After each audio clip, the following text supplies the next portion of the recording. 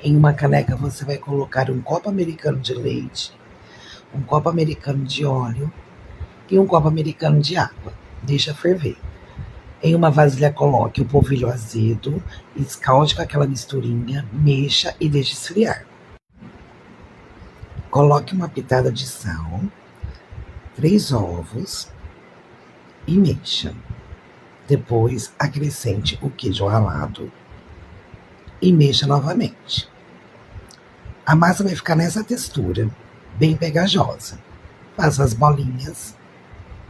Coloque para assar a 200 graus por 30 minutos. Deu os 30 minutos, foi lá, deu uma olhadinha, tá douradinho? Tá pronto seu pão de queijo. Olha que lindo.